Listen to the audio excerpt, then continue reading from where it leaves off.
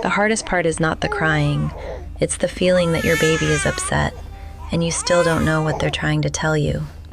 You've already done everything you know how to do. You changed the diaper, you fed them, you held them against your chest until your arms started to ache. You walked the room, you sang the song, you whispered, you bounced, you tried stillness, you tried motion, and still, something in them won't settle.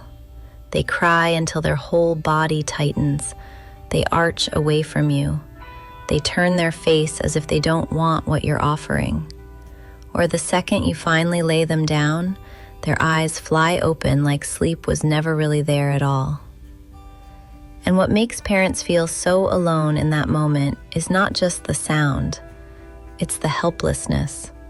The sense that your baby is having a hard time right in front of you, and somehow the message still hasn't reached you yet. AP's Healthy Children notes that newborns can cry 1 to 4 hours a day, and babies can have fussy periods even when they're not hungry, uncomfortable, or obviously tired. That does not mean you are doing something wrong, and it does not mean your baby dislikes you. If you care about the hidden meaning behind your baby's hardest moments, subscribe to Baby Cues Decoded, where we decode the signals babies send before they have words. Because sometimes the most overwhelming moments with a baby are not random at all. Sometimes they only feel chaotic because no one ever taught us how to read them. And once you understand that your baby's hardest behavior may actually be communication, everything begins to change. Harvard's Center on the Developing Child describes these early baby signals and adult responses as serve and return interactions. And WHO describes responsive caregiving as noticing, understanding, and responding to a child's signals in a timely and appropriate way. So let's change the story right here. Your baby isn't being difficult. They're trying to tell you something. That is the shift this whole video depends on. Because with babies and very young children, behavior is often not attitude. It is communication without language. It is the body speaking before words exist. It is distress, overload, discomfort, exhaustion, or need arriving in the only form the child can produce. Healthy Children says your baby gives you the most important information about how they like to be held, talked to, comforted, and treated. WHO's responsive caregiving guidance says the caregiver's job is to tune into those signals and respond in a way that matches the child's need. And Harvard explains that when a baby cries, gestures, or makes sounds and an adult responds, those back and forth moments help build the neural connections that support communication and social development later on. So the better question is no longer, why are you being so difficult? The better question is, what are you trying to tell me with this? When babies cannot explain, they express. Crying is only one part of your baby's language. Before babies have words, they speak in cues. They speak with the way their eyes widen or drift away, with the way their body stiffens or curls in, with the way they flail, squirm, cling, go still, yawn, startle, wriggle, hold their breath for a second, or suddenly stop looking at you. They speak with their face, with their color, with the rhythm of their breathing, with the timing of when they lean in and when they need to pull back. NHS materials on infant cues explain that babies communicate through facial expressions, body movements, color, breathing, crying, and gaze, and that these cues tell you how they feel and what they need before they can speak. Some NHS resources and neonatal cue-based care guidance also note that by watching a baby's breathing, facial expression, and movement, you can often tell whether they want interaction, need rest, or are becoming overloaded. That is why a baby who turns away is not always rejecting you. They may be protecting themselves from too much input. Healthy Children notes that some babies are especially sensitive to sound, light, touch, or change, and when they become overstimulated, they may get fussy, look away, or need a break to regain balance. This is where everything starts to get interesting, because the behaviors parents struggle with most are often not random at all. They are messages in disguise. A baby crying hard may be saying, "I'm hungry, I'm uncomfortable, I'm tired, I'm in pain. This room, this light, this sound, this day has become too much." Healthy Children says crying helps babies call for help when they're hungry or uncomfortable, block out sensations that feel too intense, and release tension. A baby arching, stiffening, or flailing may not be fighting you. Their body may simply be overwhelmed. NHS-linked infant understanding resources describe overload cues that can include tightness in the body, rapid breathing, intense crying, or a general sense that the baby is no longer regulated. A baby who turns away or avoids your face may not be rejecting connection. They may be asking for less stimulation, not less love.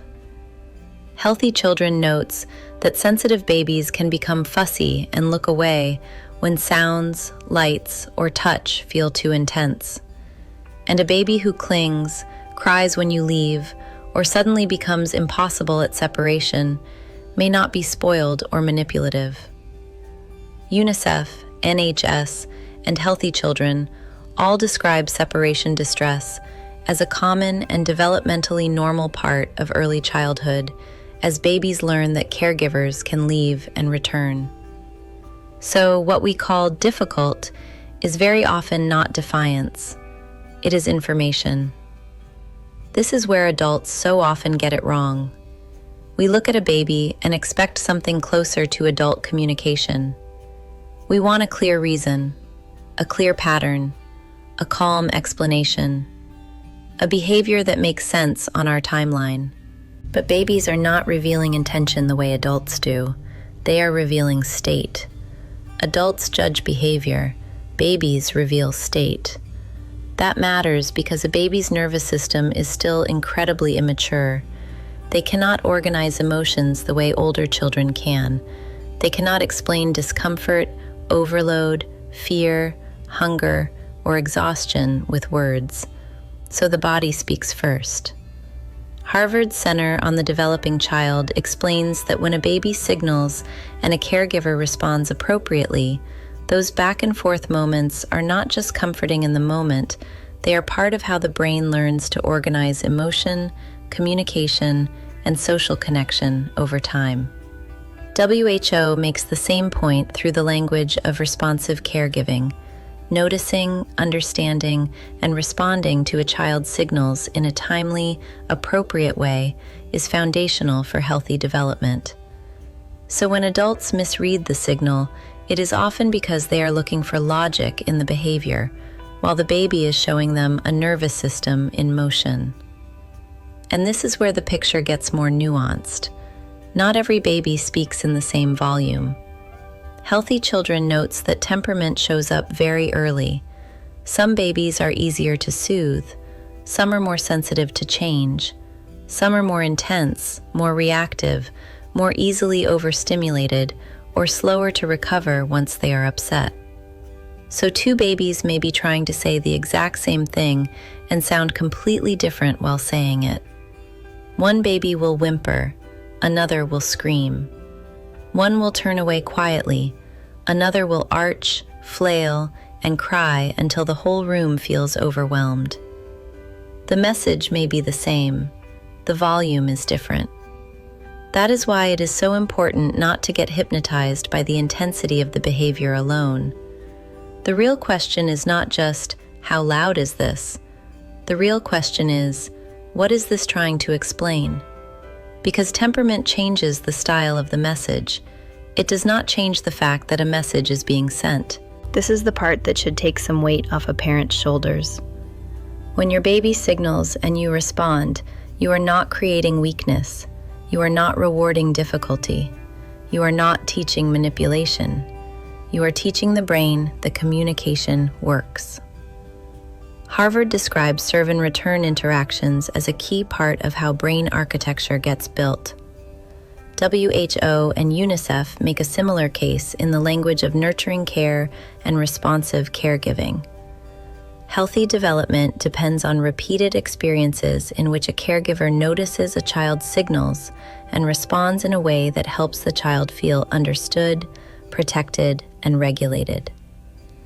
That means your response matters far beyond the moment itself. You are not just stopping a cry.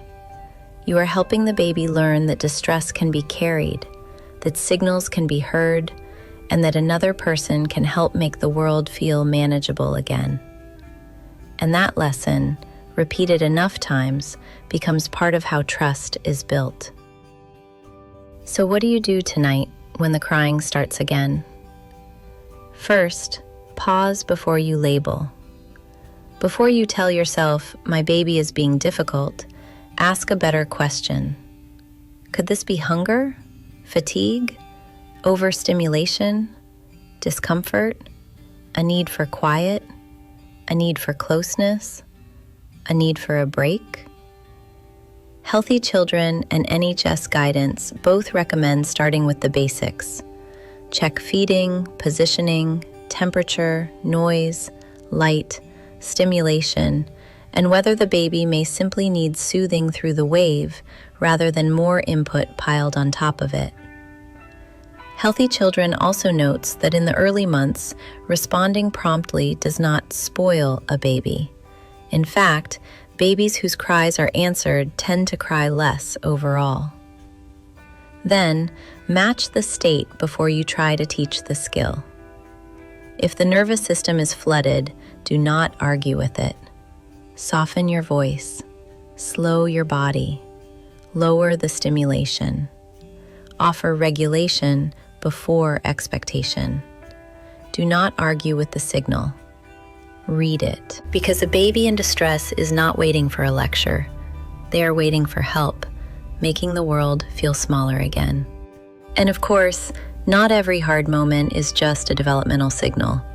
Sometimes crying or fussiness can point to illness, pain, or something medical that needs attention. The NHS advises parents to get help if a baby's crying sounds unusual, cannot be soothed, or comes with fever or other signs of illness. CDC also says that if you are concerned about your child's development, if milestones are not being met, or if skills have been lost, you should talk with your child's doctor and ask about developmental screening. So trust your instincts. You do not have to prove something is seriously wrong before asking questions. If something feels off, bring it forward. So the next time your baby seems difficult, pause before you judge the behavior. A baby does not always cry, cling, arch, or turn away to fight you. Sometimes they are doing the only thing they know how to do, trying to tell you something before they have words. Not difficult, communicative. And sometimes the moment that feels the most overwhelming is also the moment your baby is asking, in the clearest way they can, "Please, don't just manage me. Understand me."